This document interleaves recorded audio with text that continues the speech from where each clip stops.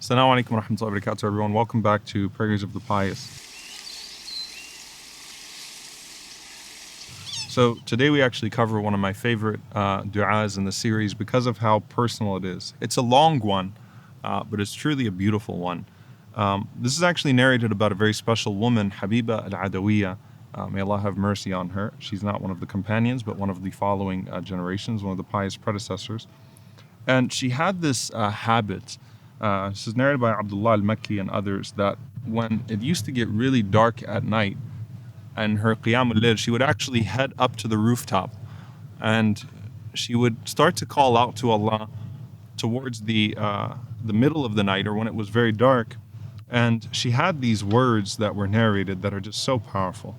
She says, Ilahi, غارت النجوم ونامت العيون وغلقت الملوك أبوابها وبابك مفتوح وخلا كل حبيب بحبيبه وهذا مقامي بين يديك. So she says, O Allah, O my Lord, the stars have vanished, غارت النجوم ونامت العيون, and the eyes have slept, وغلقت الملوك أبوابها, and the kings have locked their doors, وبابك مفتوح, but your door remains open, وخلا كل حبيب بحبيبه, and every lover has found privacy with their beloved, وهذا مقامي بين يديك, and here I am standing before you. It's a very powerful dua. Al-Hafidh ibn Rajab rahimahullah mentioned that you spend your days at the doors of kings, but at night when the King of all kings calls upon you, you fail to stand for him and you fail to reach out and respond, even though he calls upon you wanting to provide for you.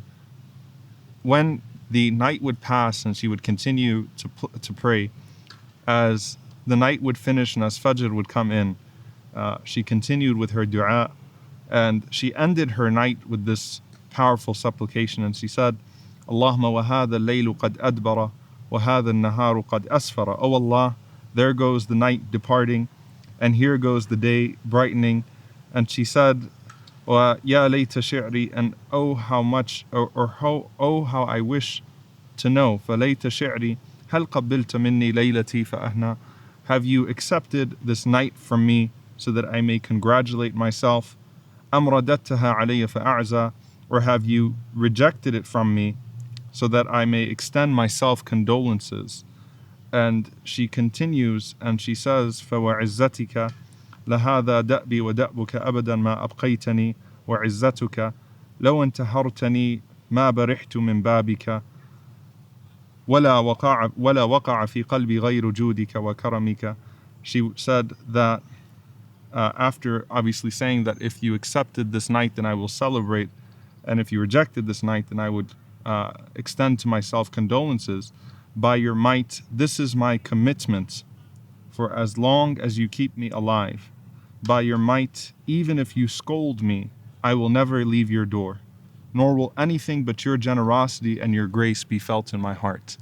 This is a powerful way of combining the conversation that you have with Allah subhanahu wa ta'ala, which has to be driven out of hope to have that type of a personal call with Allah.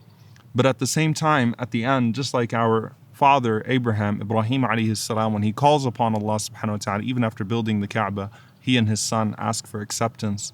And this is the perfect combination of hope and fear here, that she called upon Allah with the most beautiful personal supplication, but as the night fled, she asked Allah subhanahu wa ta'ala, if you accept this from me, I will celebrate, and if you turned it away from me, then I will extend myself condolences, but at the same time, I will keep on trying. Nothing will ever keep me away from your door, and nothing will fill my heart except for your grace and your love. So I'll keep on trying.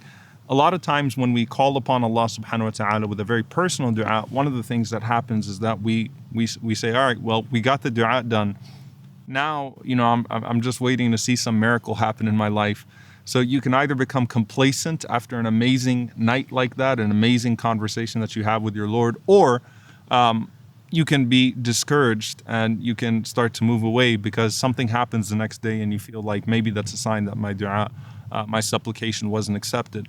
So the power of this woman and the beauty of this dua is that all she wanted as the night passed because you will never know for a fact whether your dua was accepted in this world or not, was to have another opportunity to be at the door of her Lord. May Allah subhanahu wa ta'ala never turn us away from His door, and may Allah allow us to always be amongst those that call upon Him and that knock at that door until we are finally greeted by Him and welcomed by Him in the hereafter into His gardens. Allahumma ameen. Jazakumullahu khairan. See you all next time, inshallah. Wassalamu alaikum wa rahmatullahi wa barakatuh.